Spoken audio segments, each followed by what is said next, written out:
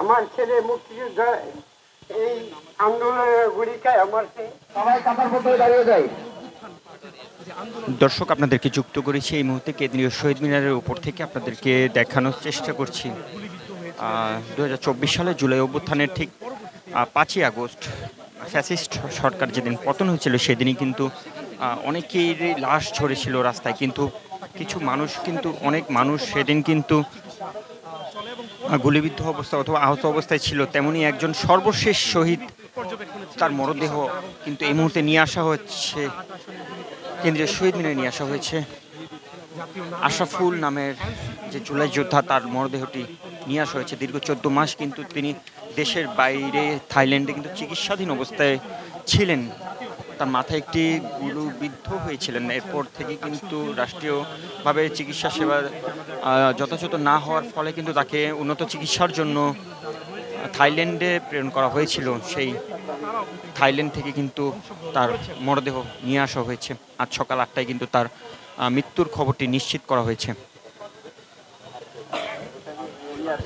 দর্শক, আপনারা দেখতে পাচ্ছেন তার আশরাফুলের জানাজার নামাজে শরীক হওয়ার জন্য কিন্তু শত শত শিক্ষার্থী এবং বিভিন্ন শ্রেণী পেশার মানুষের উপস্থিতি আমরা দেখতে পাচ্ছি। এবং ঢাকা 8 আসনের শাপলাকলী এমপি মনোনীত প্রার্থী নাসরুদ্দিন পাটোয়ারি সহ ডাকসুর নেতৃবৃন্দরাও কিন্তু এবং ইসলামী ছাত্র শিবিরের শীর্ষ পর্যায়ের নেতৃবৃন্দরাও কিন্তু এখানে উপস্থিত হয়েছেন তার জানাজার নামাজে।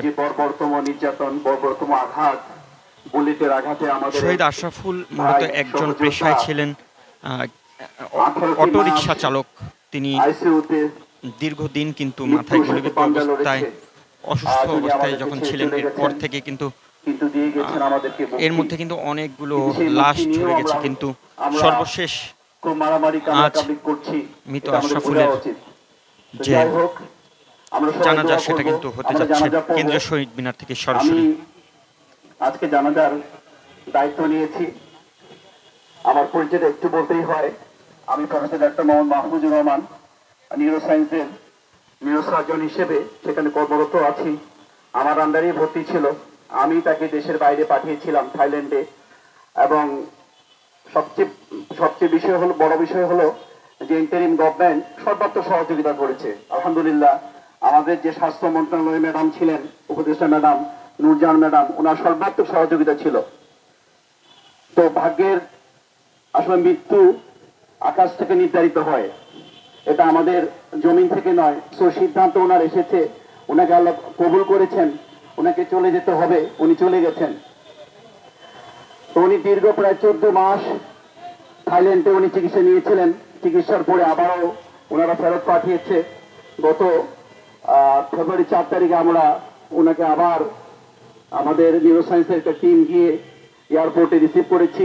পুনরায় ওনাকে আইসিইউতে ভর্তির পর আজকে সকাল 8টা 3 মিনিটে উনি শাহাদাত বরণ করেছেন। ইন্না লিল্লাহি ওয়া ইন্না ইলাইহি রাজিউন। আমি এখন ওনার পরিবারের পক্ষ থেকে, কে কথা বলবে? পরিবারের পক্ষ থেকে কেউ যদি কথা বলতে চান। আসসালামু আলাইকুম। সবার জন্য আমি দুঃখিত। আমার ছেলে মুক্তিযোদ্ধা এই আন্দোলনের গুলিকায় উনি আমার সব দিকে হেল্প করেছে, সব দিকে সহযোগিতা করছে। আপনারা সবার কাছে আমি আল্লাহর কাছে দোয়া চাই আমার ছেলের জন্য। আপনারা একটু দোয়া করবেন।